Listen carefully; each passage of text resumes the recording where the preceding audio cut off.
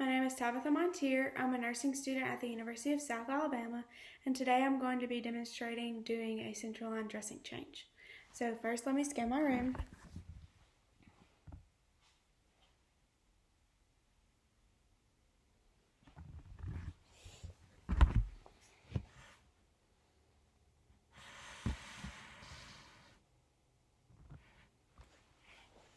So the first thing I'm going to do whenever I walk into my patient's room is I'm going to verify the order, verify my hospital's policy.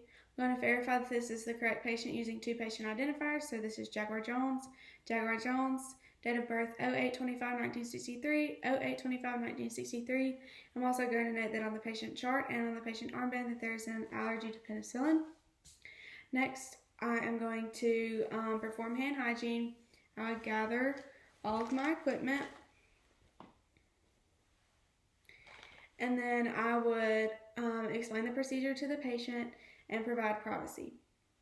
So the first thing I'm going to do is I'm going to look at and I'm going to palpate the site or over the dressing. The next thing that I'm going to do is I'm going to position the over-the-bed table to the side closest to the central line. I'm going to place all of my equipment on the clean, dry surface of the over-the-bed table, and I'm going to position my trash can, perform hand hygiene. Next, I'm going to remove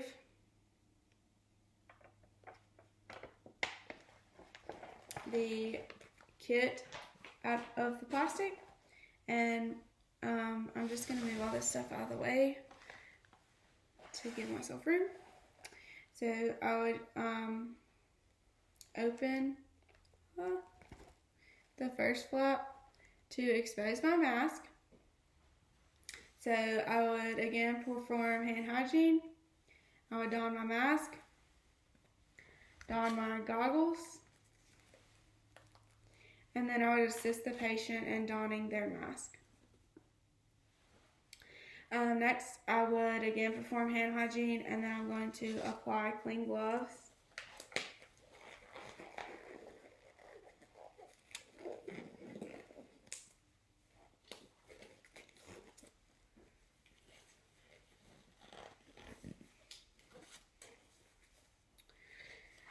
So now I'm going to remove the dressing towards the insertion site.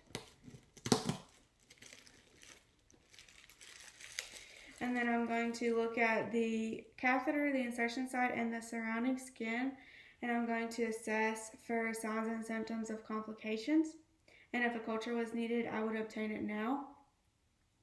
So now I'm just going to dispose of my gloves and the old dressing properly. The next thing that I'm going to do would be again to perform hand hygiene. I'm going to open my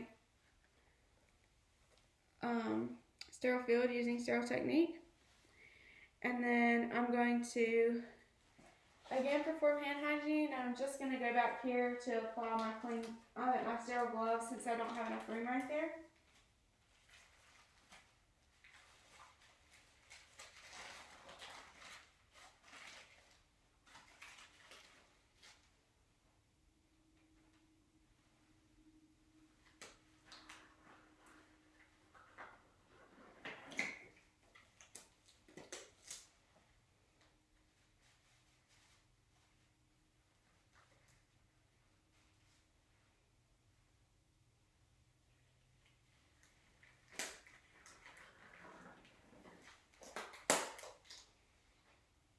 And I will not drop these below my waist.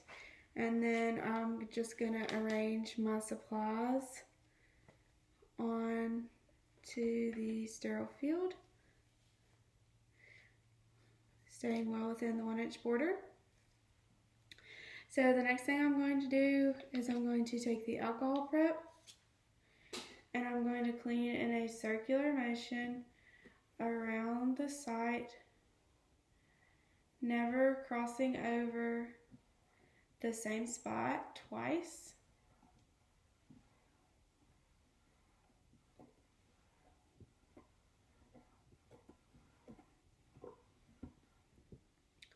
And I'm going to dispose of that. And next I'm going to take my chlorhexidine prep and I would break it.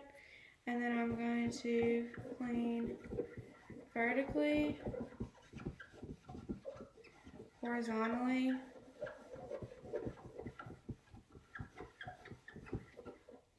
and in a circular motion.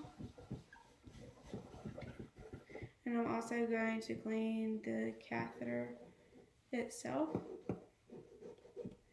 And I'm going to dispose of that. Next, I would get a bio patch and place that. And then I would get my Tegaderm and I'm going to remove the backing.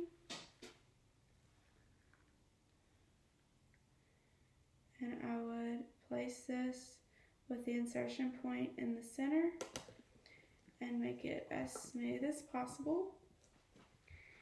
And then I'm going to just follow along the edges and make sure that the edges are adhered properly.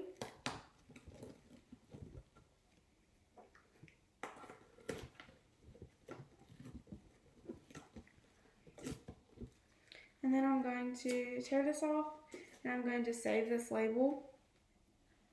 So after I've done that, I can now remove my sterile gloves.